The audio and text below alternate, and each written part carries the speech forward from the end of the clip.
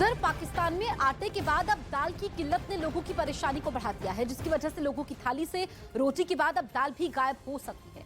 पाकिस्तान में आटे की कमी गेहूं संकट की वजह से खड़ी हुई, मगर दाल के साथ ऐसा नहीं है, बल्कि वहां 6000 से ज्यादा दाल के कंटेनर पिछले 2 महीने से बंदरगाह पर फंसे हैं। मगर व्यापारियों का कहना यह है कि वहां से दाल के कंटेनरों को लाने के लिए उनके पास डॉलर नहीं है। यही नहीं, बैंक ने आयात दस्तावेजों को भी स्वीकार करना बंद कर दिया है, जिसकी वजह से उनकी मुसीबतें और बढ़ गई हैं।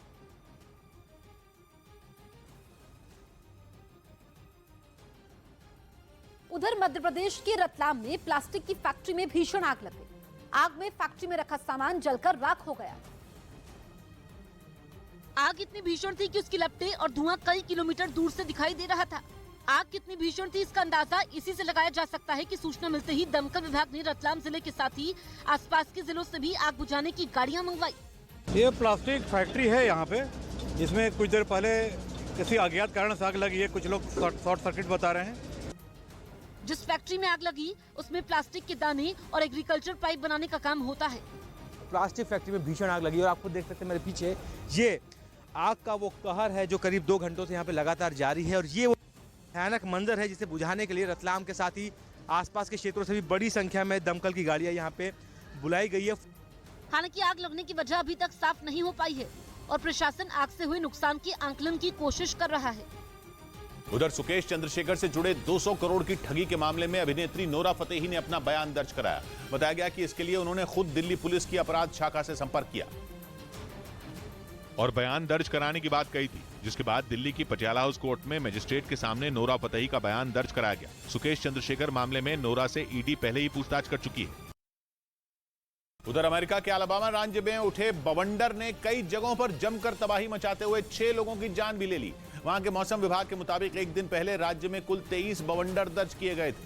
आशंका जताई गई कि आने वाले दिनों में वहां फिर बवंडर उठ सकता है, जबकि अभी लोग एक दिन पहले मची तबाही से ही निकल नहीं पाए हैं, क्योंकि ये बवंडर जहां से भी गुजरा वहां अपने पीछे तबाही का मंजर छोड़ता चला गया, जिसकी कुछ तस्वीरें अलाबामा राज्य के सेल्मा शहर से भी सामने आई, जिनमें जमीन से आसमान की तरफ कई फीट ऊंचा बवंडर उठता दिखाई दिया। लेकिन उसने जगह जगह भारी तबाही मचाई।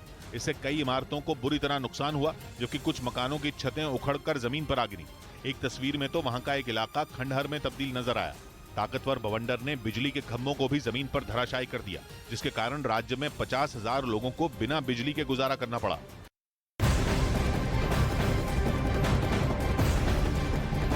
जम्मू कश्मीर के अलग अलग इलाकों में भारी बर्फबारी शुरू हो चुकी है। कई इलाकों में बर्फबारी ने लोगों की मुश्किलें बढ़ा दी हैं। भारी बर्फबारी के चलते जम्मू श्रीनगर हाईवे को बंद कर दिया गया है। जगह जगह गाड़ियां फंसी हुई है, तो वहीं इसे सेब किसानों के लिए अच्छा माना जा रहा है। तो वहीं दूसरी ओर सेना लोगों की मदद कर रही है। शोपिया के एक गांव से गर्भवती महिला को सेना के जवान कंधे पर उठाकर अस्पताल पहुंचाया। कई जगहों पर लोग सैलानी बर्फबारी का आनंद लेते भी दिखाई दिए।